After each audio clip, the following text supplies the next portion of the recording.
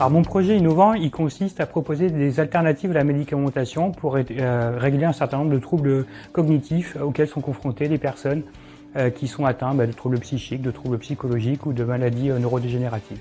La plateforme Immundus s'adresse essentiellement au monde de l'enseignement supérieur, aux universités, grandes écoles, mais également aux collectivités territoriales, aux ambassades qui ont le besoin de dématérialiser leur processus de sélection de dossiers. Et notre plateforme vise à faciliter, simplifier la captation des données de candidature, mais également leur partage au sein des différents membres des institutions. Alors notre projet innovant, il concerne la matière molle. En fait, on a développé une solution de caractérisation des matériaux mous. Dit plus simplement, on a créé un instrument de mesure qui est sorti des méthodes traditionnelles de caractérisation de ce qu'on appelle la viscoélasticité. Agon, c'est un nouvel outil d'entraînement au service des athlètes et des coachs. C'est sur le développement des compétences de tout ce qui va se passer ici via la réalité virtuelle.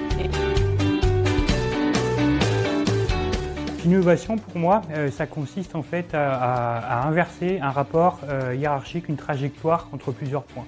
Il y a un circuit naturel qui va de A à B à C, et une innovation, c'est quelque chose qui va modifier ce circuit. Et par exemple, un circuit de vente qui va être raccourci ou un circuit de production qui va être modifié. Ça, c'est une innovation pour moi. Alors pour moi, je dirais que l'innovation, c'est le développement de biens et services qui va venir en remplacement ou en complément de ce qui existe déjà, ou alors quelque chose de complètement nouveau qui vient au bénéfice de l'utilisateur. Être créatif, c'est répondre à une problématique sans les freins des habitudes. Alors pour Immundus, c'est peut-être pour moi la créativité, c'est faire la synthèse de ces expériences en vue de proposer une nouveauté ou la réponse à un problème spécifique. Finalement, la créativité, c'est pas réservé uniquement aux artistes, c'est chacune des situations qu'on rencontre qui peut être traitée avec créativité. Un lieu créatif et inspirant à La Rochelle, c'est La Rochelle.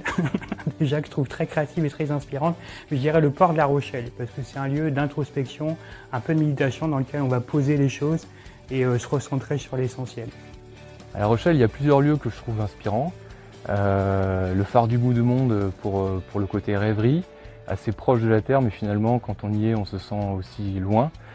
Le Gabu pour son lien entre le centre historique et puis la partie plus contemporaine de La Rochelle. Le Francin pour les apéros au printemps en fin de journée. Les bars, ça compte. Et sinon, je dirais le phare du bout du monde.